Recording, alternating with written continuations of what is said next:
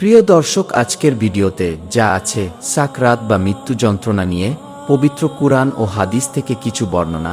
প্রিয় দর্শক, আসসালামু আলাইকুম।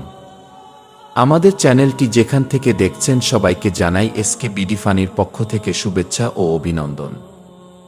আজ আমরা এমন একটি বিষয় নিয়ে আলোচনা করব যা থেকে পালানোর কোনো পথ নেই। আজ আমরা জানব সাকরাত বা মৃত্যু যন্ত্রণা নিয়ে পবিত্র কুরআন ও হাদিস কি বলে। চলুন দেরি না করে আমরা চলে যাই মূল ভিডিওতে।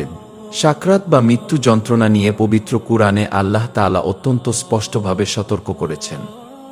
সূরা কাফ আয়াত 19, আরবি উচ্চারণ ওয়াজাত সাকরাতুল মাউতি বিল হাক্কি জালিকা মাকুমতা মিনহু তাহিদ, অর্থ আর মৃত্যু যন্ত্রণা সাকরাত সত্যসহ উপস্থিত হবেই হে মানুষ।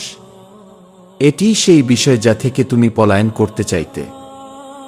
সূরা কাফের 19 নম্বর আয়াতে আল্লাহ বলেন, মৃত্যু যন্ত্রণা অবশ্যই আসবে হে মানুষ, এটা থেকেই তো তুমি পালিয়ে বেড়াতে চেয়েছিলে। ব্যাখ্যা অর্থাৎ দুনিয়ার সব চাকচিক্য আর ব্যস্ততা দিয়ে আমরা মৃত্যুকে ভুলে থাকতে চাইলেও সেই মুহূর্তটি আমাদের সামনে এসে দাঁড়াবেই। 3 হাদিসের বর্ণনা 01-30-02-30 আমাদের রাসূলুল্লাহ সাল্লাল্লাহু আলাইহি ওয়াসাল্লাম এর মৃত্যুর সময়কার একটি ঘটনা আমাদের সাকরাত সম্পর্কে ধারণা দেয়।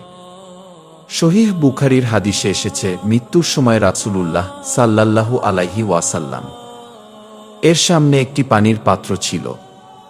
তিনি বারবার তাতে হাত ভেজাতেন এবং মুখ মুছতেন আর বলতেন, লা ইলাহা ইল্লাল্লাহ। নিশ্চয়ই মৃত্যু যন্ত্রণা অত্যন্ত কঠিন। আলোচনা যদি সৃষ্টির শ্রেষ্ঠ মানবের জন্য মৃত্যু যন্ত্রণা এতটা কঠিন হতে পারে, তবে আমাদের মতো সাধারণ মানুষের অবস্থা কি হবে? এটি আমাদের ভাবিয়ে তোলার জন্য যথেষ্ট। মুমিন ও কাফিরের মৃত্যুর পার্থক্য বিস্তারিত হাদিস বারা বিন আজেব রাদিয়াল্লাহু তাআলা আনহা থেকে বর্ণিত একটি দীর্ঘ হাদিসে মৃত্যুর পরের যাত্রার বিস্তারিত বিবরণ দেওয়া হয়েছে। মুমিন ব্যক্তির মৃত্যু যখন একজন মুমিন বান্দার দুনিয়া থেকে বিদায় নেওয়ার সময় হয়, তখন জান্নাত থেকে শুভ্র চেহারার ফেরেশতারা আসে। মালাকুল মাউত এসে বলেন, হে পবিত্র আত্মা, আল্লাহর সন্তুষ্টির দিকে বের হয়ে এসো। তখন আত্মা এত সহজে বের হয়ে আসে যেমন কলস থেকে পানির ফোঁটা গড়িয়ে পড়ে। পাপী বা কাফির ব্যক্তির মৃত্যু, তার কাছে কালো চেহারার ফেরেশতারা আসে। মালাকুল মাউত বলেন, হে অপবিত্র আত্মা, আল্লাহর ক্রোধের দিকে বের হও। তখন শরীরের ভেতর আত্মা ছড়িয়ে পড়ে এবং ফেরেশতা তা এমনভাবে টেনে বের করেন যেমন ভেজা পশম থেকে লোহার কাঁটাযুক্ত শিক টেনে বের করা হয়, যা অত্যন্ত যন্ত্রণাদায়ক। হাদিস নম্বর সুনানে আবু দাউদ হাদিস নং 4753, মুসনাদে আহমাদ হাদিস নং 18557। হাদিসটি সহিহ।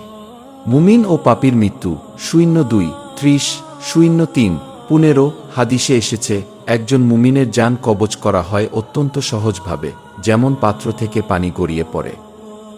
আর একজন পাপাচারী ব্যক্তির জান কবজ করা হয় অত্যন্ত যন্ত্রণাদায়কভাবে, যেমন ভেজা পশম থেকে কাঁটাযুক্ত ডাল টেনে বের করা হয়।